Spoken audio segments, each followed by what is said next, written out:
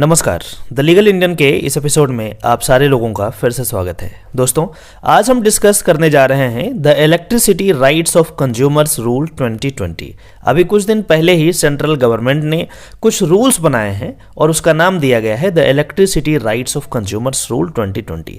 आखिर इस रूल में क्या है, इसको हम समझने का प्रयास करेंगे, लेकिन इससे पहले हम यह समझते हैं कि आखिर यह रूल लाने की ज़रूरत क्या पड़ गई। दोस्तों, हम जानते हैं कि जो कंपनीज इलेक्ट्रिसिटी प्रोवाइड करते हैं ये बहुत ही कम कंपनियां हैं और अपने अपने जोग्राफिकल कंडीशन में इन्होंने मोनोपोली क्रिएट कर दी है। मतलब जो कंज्यूमर होते हैं उनके पास ज़्यादा ऑप्शंस नहीं होते चेंज करने के, क्योंकि ज़्यादा कंपनियां अवेलेबल नहीं होती है। जिस तरीके से हम टेलीकॉम कंपनी की बात करते हैं, यदि आप किसी एक पार्टिकुलर टेलीकॉम कंपनी से खुश नहीं हैं तो अपनी सिम जो है दूसरे कंपनी में जल्दी चेंज करा सकते हैं, आसानी से चेंज करा सकते हैं, कोई दिक्कत नहीं होता है।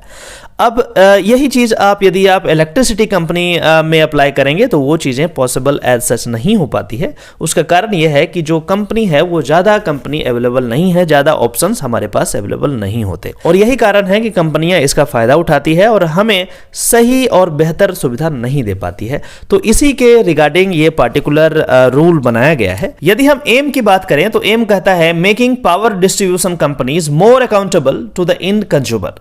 तो यहाँ पे कहा गया है कि जो इंड कंज्यूमर है उनके प्रति ज़्यादा अकाउंटेबिलिटी कंपनी की होनी चाहिए। इसी चीज़ को ध्यान में रखते हुए ये पार्टिकुलर रूल बनाए गए हैं। उसके बाद यह है कि power distribution companies whether public और private are essentially geographical monopoly. जैसा कि मैंने बताया कि अपने एरिया में ये मोनोपोली क्रिएट कर देते हैं, मतलब दूसरी कंपनी वहां पे मौजूद नहीं है तो इनके अकॉर्डिंग ही जनता को चलना पड़ता है, जनता को ज़्यादा ऑप्शंस नहीं होते हैं। आगे बढ़ते हैं, कहता है this leaves the end consumer with no alternative to shift even if they are unhappy with the service being offered to them। चलिए अब हम बात करते हैं न्यू रूल्स की जो रिसेंटली सेंट्रल गवर्नमेंट के द्वारा बनाया गया है। एक एक करके हम इन पॉइंट को डिस्कस करेंगे। सबसे पहला पॉइंट है कि the company will have to compensate consumer for long power cut. जैसा कि हम जानते हैं कि कई जगह पे कंपनियां लंबे समय तक पावर कट करती है। हर दिन में आप 2-3 घंटा या 4 घंटा इस तरीके से पावर कट हो जाते हैं और इसके लिए कोई भी कंपनसेशन नहीं दिया जाता है आम जनता को। इस पार्टिकुलर रूल के अंदर ऐसा कहा गया है कि आप इस तरीके से पावर कट नहीं कर सकते और यदि पावर कट करते हैं तो यू हैव टू कंपनसेट, आपको जनता को कंपनसेट करना पड़ेगा, आप पे फाइन या पेनल्टी लगाए जा सकते हैं। दूसरा है delay in granting electricity connection and other lapses. यदि आप न्यू इलेक्ट्रिसिटी कनेक्शन लेना चाहते हैं तो ये यूजुअली कंपनी पे ही डिपेंड करता था कि जब मर्जी है तब लगाएंगे जी, अदरवाइज वो नहीं लगाएंगे। लेकिन अब ऐसा नहीं है। न्यू रूल के तहत ये कहा गया है कि आप डिले नहीं कर सकते और यदि डिले करेंगे तो फिर इस पे फाइन ऑटोमेटिकली लगाया जाएगा। अब कुछ हम बात करते हैं कि आखिर मेट्रोपॉलिटन सिटी में कितने दिनों में इलेक्ट्रिसिटी का न्यू कनेक्शन लगाया जा सकता है। यहां पे कहा गया है कि मेट्रोज में 7 दिन के भीतर भीतर जब आप अप्लाई करेंगे न्यू कनेक्शन का, उसके 7 दिन के भीतर भीतर आपको लगाना पड़ेगा, मतलब जो कंपनियां हैं उसको लगाना पड़ेगा न्यू कनेक्शन। यदि हम म्यूनिसिपल एरिया की बात करें तो यही जो टाइम पीरियड है वो 15 दिन का है और रूरल एरिया की यदि बात करें तो 30 दिन के भीतर भीतर कंपनी आपके घर में इलेक्ट्रिसिटी मीटर लगाएगी और सारी चीजें व्यवस्थित करेगी। और यदि नहीं करती है तो फिर यहां पे क्या होगा उसके बारे में भी इसी रूल में बताया गया है। कहता है कि failure to comply with these timelines will result in penalties. Company को पेनल्टी देना पड़ेगा कि ये एप्लीकेशन इस डेट को आया और इस ड्यूरेशन में क्यों नहीं काम हुआ है, और यदि नहीं हुआ तो आपको पेनल्टी देना पड़ेगा। और ऐसी बात नहीं है कि पहले पेनल्टी की सुविधा नहीं थी, कई स्टेट में पेनल्टी की भी व्यवस्था थी लेकिन वो सही तरीके से एग्जीक्यूट नहीं होती थी। अब इस पार्टिकुलर नए रूल में यह कहा गया है कि जो पेनल्टीज होगा ना वो ऑटोमेटिक कंपनसेशन मैकेनिज्म हो जाएगा, मतलब ऑटोमेटिक कट जाएगा उनके अकाउंट से। तो ऑब्वियस सी बात है उनके पास दूसरा ऑप्शन नहीं बचता। यदि ऑटोमेटिक नहीं होता तो ऑब्वियस सी बात है जनता को कंप्लेन करना पड़ता।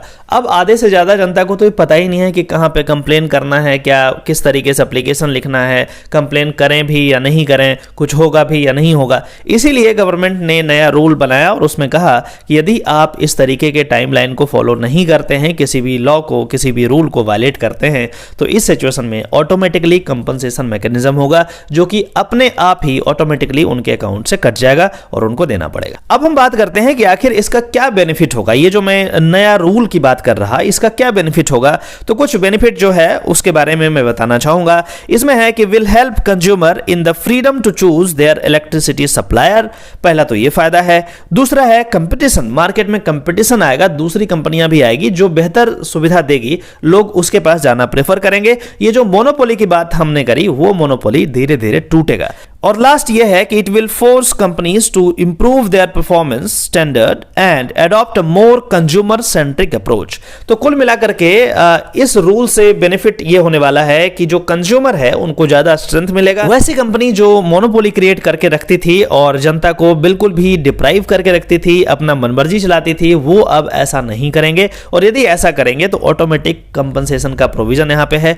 तो इस पार्टिकुलर रूल से हमारा ही फायदा होने वाला है, जनता का फायदा होने वाला है, कंज्यूमर का फायदा होने वाला है। और यह एक बहुत ही सराहनीय और बहुत ही अच्छा कदम माननीय सेंट्रल गवर्नमेंट के द्वारा लाया गया है। दोस्तों, यदि इस वीडियो पे आप नए हैं तो इस चैनल को सब्सक्राइब करें, इस वीडियो को लाइक करें और अपने दोस्तों के साथ शेयर करें। साथ के साथ ही नोटिफिकेशन बटन भी दबा दें ताकि इस तरीके का इंपॉर्टेंट लीगल इंफॉर्मेशन आपके डोर स्टेप तक आसानी से पहुंच पाए। चलिए फिर से मिलते हैं किसी और टॉपिक पे, तब तक के लिए नमस्कार, अपना ध्यान रखें।